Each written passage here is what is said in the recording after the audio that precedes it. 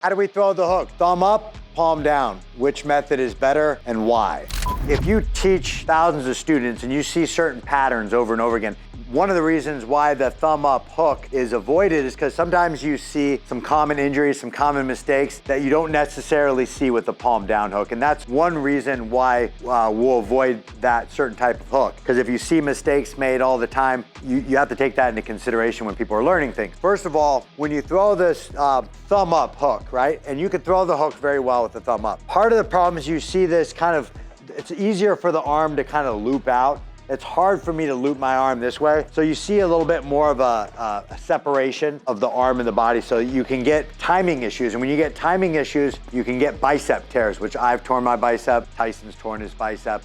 A lot of boxers have torn their bicep because they throw that hook and it loops out and their head's over here and their arm's over here, and that creates a huge amount of torque in the bicep, where if this is down, and you could feel it, when you go thumb up, your bicep is contracted. When you go palm down, your bicep is not contracted. So if I throw this hook and it's wide, I can turn it more into like a straight punch. This kind of like Russian hook, where they throw a lot of these hooks and they always throw them palm down, because if they're close, it's okay. And if Gabe steps back, I can still land that same hook by just extending my arm and turning it more into like a straight punch. So you have a versatility advantage when you go palm down, because you can change the range without fearing that you're gonna injure your arm. I don't have a strong hook out this way. It's gonna be like a little slap. The use of that thumb up hook can be used just that. I can use it as a slap. So off of a quick jab, I can slap my partner and then set up that too. So in that case, you can use it because it's fast. I can pop, pop, pop, right? I could touch,